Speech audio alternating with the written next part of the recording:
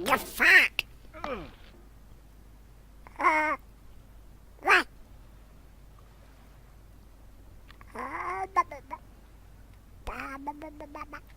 What?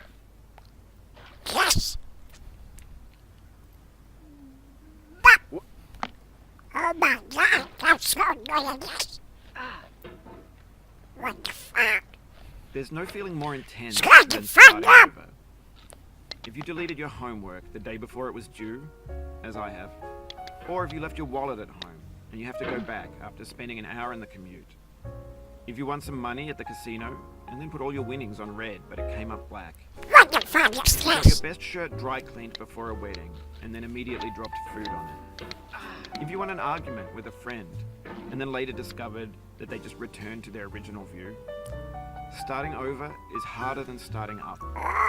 If you're not ready for that, like if you've already had a bad day, then what you're about to go through might be too much. Feel free to go away and For come back. fuck's sake! I'll be here. Understand if you have to take a break at any point. Just find a safe place to stop and quit the game. Oh, Don't worry, fuck. I'll save your progress, always. Even your mistakes. Fuck you, you're nuts. Oh my god! No! Oh, fuck!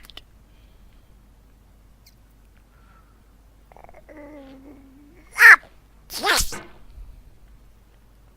Up! This game is a homage to a free game that came out in 2002. Oh my CKCgaming. god!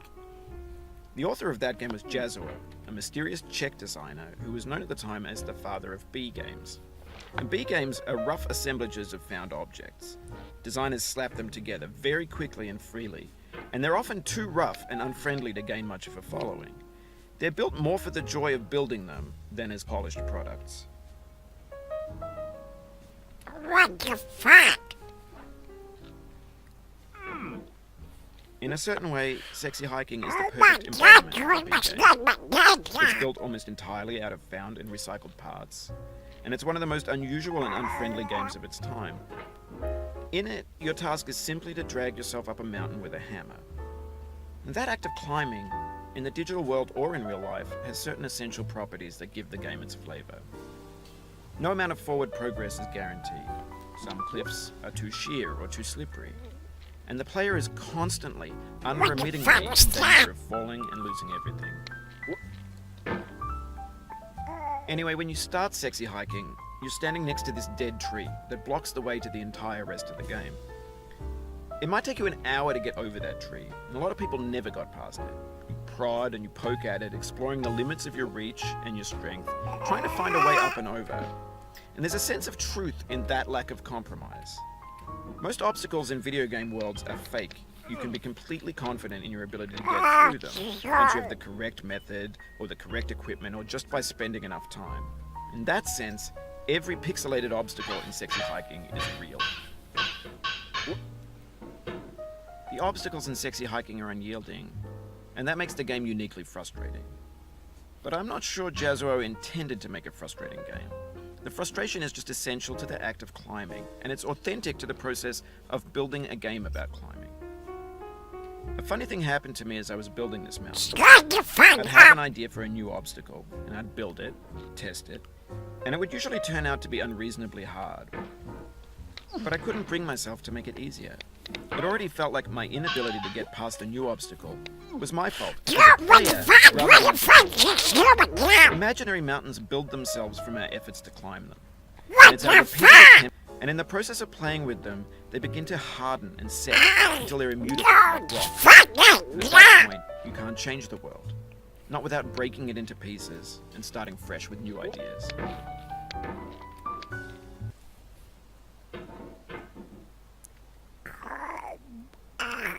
God.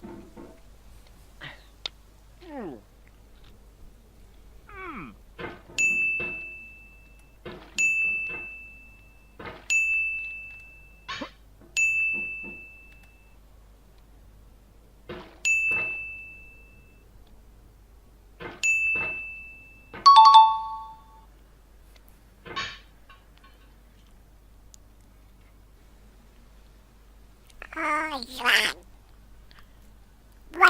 where your butt's supposed to go.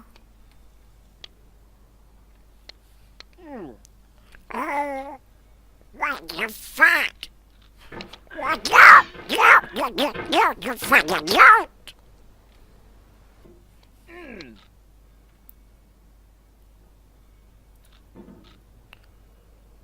What?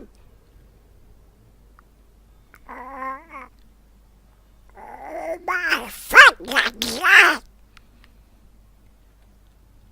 Oh, yes.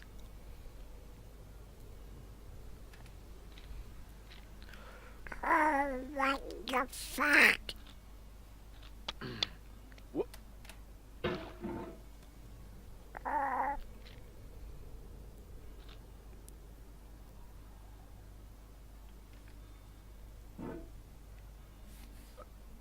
For years now, people have been What the predicting fuck? that games What would the soon be fuck? made out of What are you pushing? put in a store and assembled into a world. And for the most part, that hasn't happened. Because the objects in the stores are trash. I don't mean they look bad or that they're badly made, although a lot of them are. I mean they're trash in the way that food becomes trash as soon as you put it in the sink. Things are made to be consumed and used in a certain context. And once the moment is gone, they transform into garbage. In the context of technology, those moments pass by in seconds.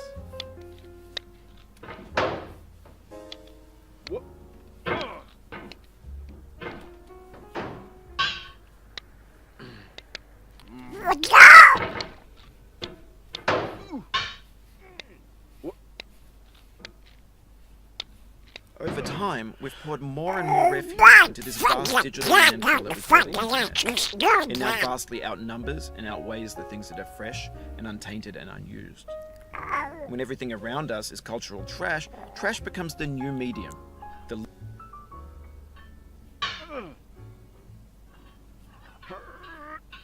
Maybe this is what digital culture is. A monstrous mountain of trash, the ash heap of creativity's fountain. A landfill with everything we ever thought of in it. Grand, infinite, and unsorted.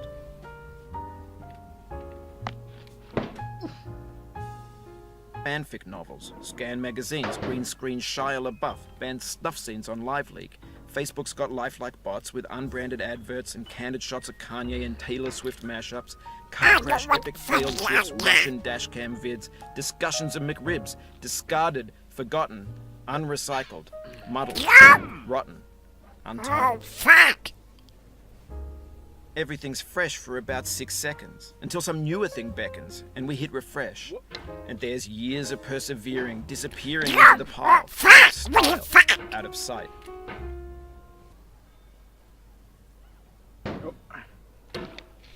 Go!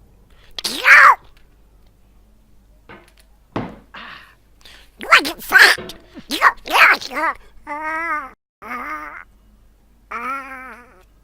What the fuck was that?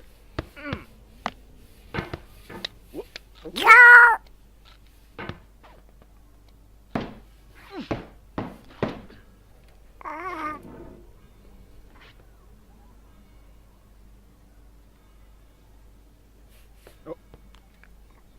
What?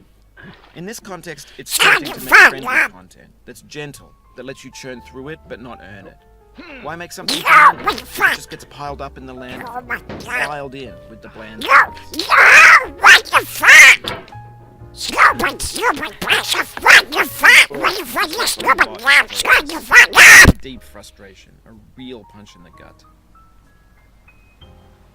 This is fucking stupid! What the fuck is that?